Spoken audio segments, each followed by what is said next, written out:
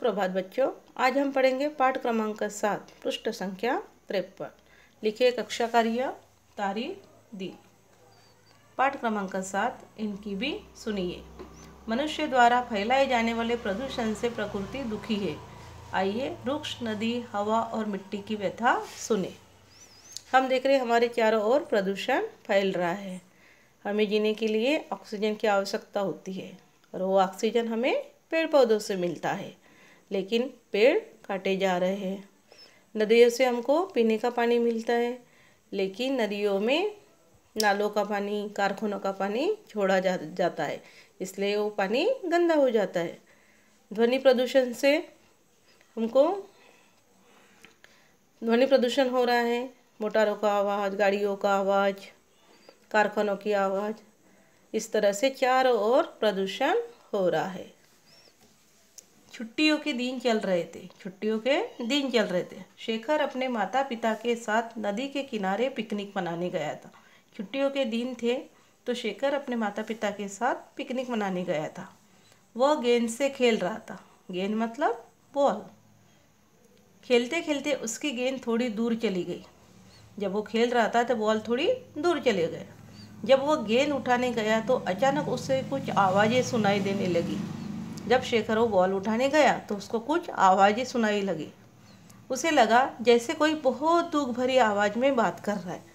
जब उसने वो आवाज़ सुनी तो उसको लगा कि कोई बहुत दुख भरी आवाज़ आ रही है।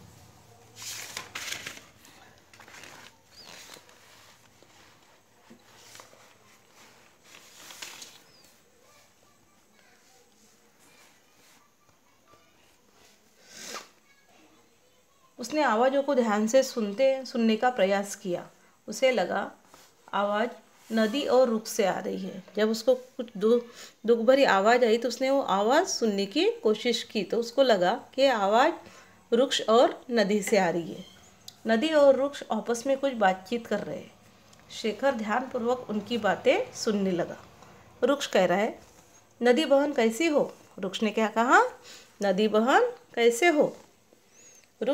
नदी बोलती है, वृक्ष भाई मैं तो देखो दिन पर दिन छोटी होती जा रही हूँ। मेरा जल जो कभी स्वच्छ हुआ करता था कितना गंदा हो गया। नदी बता रही है वृक्ष को कि देखो मैं दिन ब दिन छोटी होती जा रही हूँ।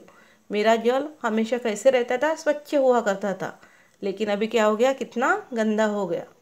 मुझे तो अपने अंदर ही दुर्गंध आती है। नदी बोलती है कि मेरे अंदर ही दुर्गंध आती है। ये मनुष्य कारखानों की गंदगी और नालों का गंदा पानी मुझ में ही छोड़ देते हैं। लगता है मैं कुछ दिनों में सूख जाऊंगी। नदी कह रही है वृक्ष से कि देखो ये मनुष्य क्या कर रहा है, कारखानों का पानी, गंदी नालों का पानी छोड़ रहे हैं, इसलिए मैं कुछ दिन में सूख जाऊंगी। वृक्ष कहता है, हाँ बहन तुम ठीक कहती हो, मुझे ही देखो मेरी परिवार के कुछ ही सदस्य बचे हैं। वृक्ष क्या कहता है, हाँ बहन तुम ठीक कहती हो, मुझे ही देखो मेरे परिवार के कुछ सदस्य बचे हैं, बाकी सबको तो मनुष्य ने अपने उपयोग के लिए काट डाला। वृक्ष कह रहा है कि मनुष्य ने अपने उपयोग के लिए जो फर्नीचर वगैरह बनाया जाता है वो कहाँ से बनता है, पेड़ों से बनता है, तो अपने उपयोग के लिए काट डाला है। तो रात दिन डरता हूँ कि न जाने कब मैं भी उनका शिकार बन जाऊँ। जो वृक्ष है ये भी बोल रहा है मेरे भाई बहनों को तो मनुष्य ने अपने उपयोग के लिए काट डाला, लेकिन मुझे भी डर है कि मेरा नंबर भी कभी आ सकता है। तो रात दिन डरता हो कि न जाने कब मैं उनकी शिकार बन जाऊं। हवा बहन तुम बताओ तुम्हारी क्या दशा है? हवा बोल रही है, मेरा जो हाल है वह मत ही पूछो। मेरा तो दम घुटने लगा है। कारखानों से और वाहनों से निकलते धुएं ने तो मुझे बीमार कर दिया। हवा क्या कह रही है कि कारखानों का आवाज़, वाहनों का आवाज़, ये निकलते धुएं ने तो मुझे बीमार कर दिया। कारखानों का और वाहनों का धुआं ने मुझे बीमार कर दिया। वृक्ष भाई तुम्हारी संख्या जब अधिक थी तब तुम मुझे साफ कर देते थे। अब तुम्हारी संख्या कम हो जाने के कारण मेरी बीमारी बढ़ती जा रही है। हवा क्या कह रही है कि वृक्ष भाई आपकी जब संख्या ज़्यादा थी तो हवा कैसे होती थी, साफ रहती थी, लेकिन अभी पेड़ों की संख्या कम हो रही है, इसलिए बीमारी बढ़ती जा रही है। वृक्ष, नदी और हवा की बातें सुनकर मिट्टी बोल उठी। मिट्टी कहती है, मेरी दशा भी तुम सबके जैसी है।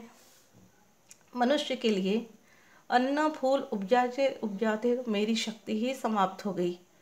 मिट्टी क्या कह रही है कि मेरी भी दशा कैसी है, तुम सबके जैसी है।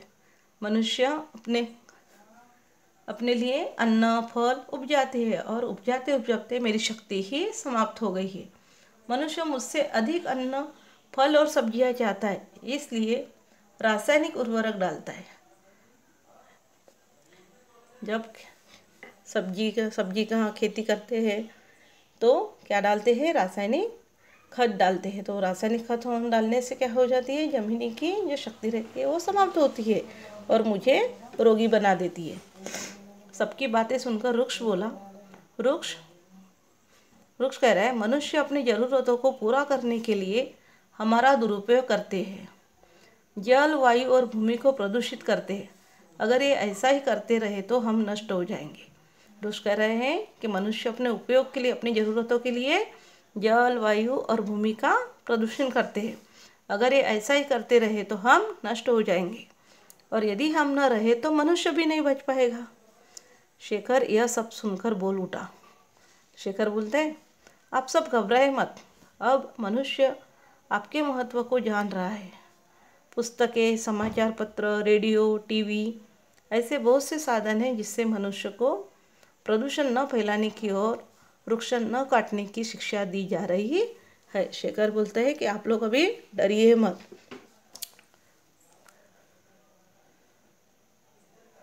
वृक्ष, नदी, मिट्टी और हवा एक साथ बोल उठे, क्या तुम सच कह रहे हो? शेखर कहता है, एकदम सच। चलो अब सब मुस्कुरा दो। शेखर की मम्मी उसे ढूंढती हुई आई और हाथ पकड़कर ले गई। धन्यवाद, फिर मिलेंगे।